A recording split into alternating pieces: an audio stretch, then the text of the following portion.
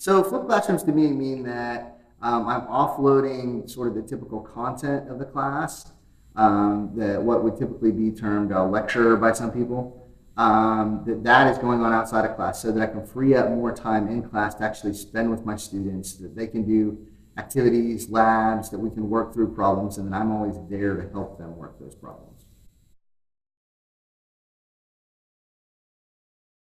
So about 4 years ago, I was teaching in a different school, and one of the things that I noticed is my students weren't doing their homework. And now, since I teach chemistry, and chemistry is basically an applied math class, you have to practice it to some degree. And so the fact that they weren't doing any of it obviously led them to do really badly in class.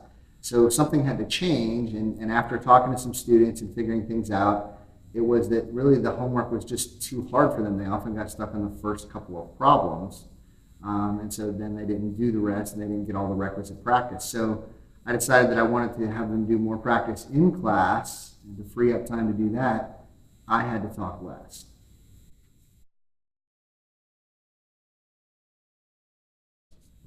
So for me, essentially what I did about 3 years ago for my Chem 1 classes is I took all of what would have been in my standard chemistry teacher lectures, 50 minutes long or whatever, and I condensed them all down, and I now, for each standard, because I do standards-based grading too, for each standard I have a video that goes with it. It's probably somewhere from 10 to maybe 18 minutes long, covering that specific standard. And I record that in Camtasia.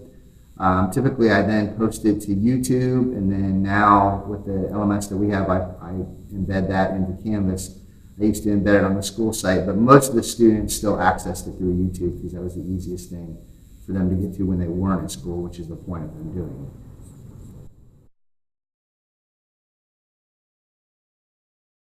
So I mean, the best thing is that, and this is what sold me on it when I went out and tried to figure out a way to how can I fix things, was the idea of every student every day. I have a chance to talk to every one of my students individually every day, even in my classes of 32, say. Whereas under a traditional model, I would maybe talk to 5 or 6 kids that would ask questions on a given day while I was standing up lecturing. And so now I get a chance to go around and speak to each kid. Practically speaking, from a pedagogical perspective too, it means that there's a lot more hands-on practice for the kids and a lot more, I would say, informal formative assessment for me. I get to sit down with each kid, ask them where they're stuck or what they're doing, and check over their work individually with them. In a couple of minutes. It doesn't necessarily take forever, but I wouldn't have had that time to do that for even 15 students 5 or 6 years ago, but Flipped Classroom allows me to do that now. I would say the biggest negative, is that it's still somewhat centered around the idea of doing a lecture. And I don't know of a real way that I can completely get away from the content, that the content has to be taught in some way. And I know that there are other ways out there, there's modeling, instruction, all of those. But I haven't invested, I guess, the time yet to be able to do those.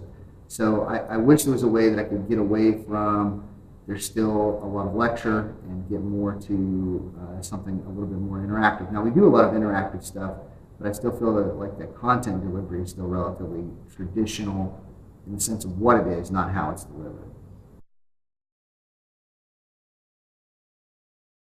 Yeah, I think the first thing is you have to learn to not be self-conscious when you record a video. I think that it's important for teachers to record their own videos. I think that you can use outside videos occasionally, but I think for the bulk, it has to be your voice teaching your students if you're going to have that connection with them. Plus, you know exactly what went into the video then, as opposed to sort of outsourcing it to someone else. And there are lots of people that make better videos than I do.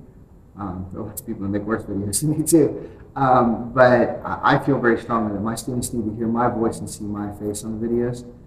The other thing that I would caution people is to not try to do too much at once. I recorded all 54 of my Chem 1 videos in one semester, and it really was a detriment to me And then I additionally tried to upset everything else about the way I taught. And so I think when you're trying to transform the way you're teaching, it's very tempting to say, I'm going to scrap the old system altogether and try something completely new.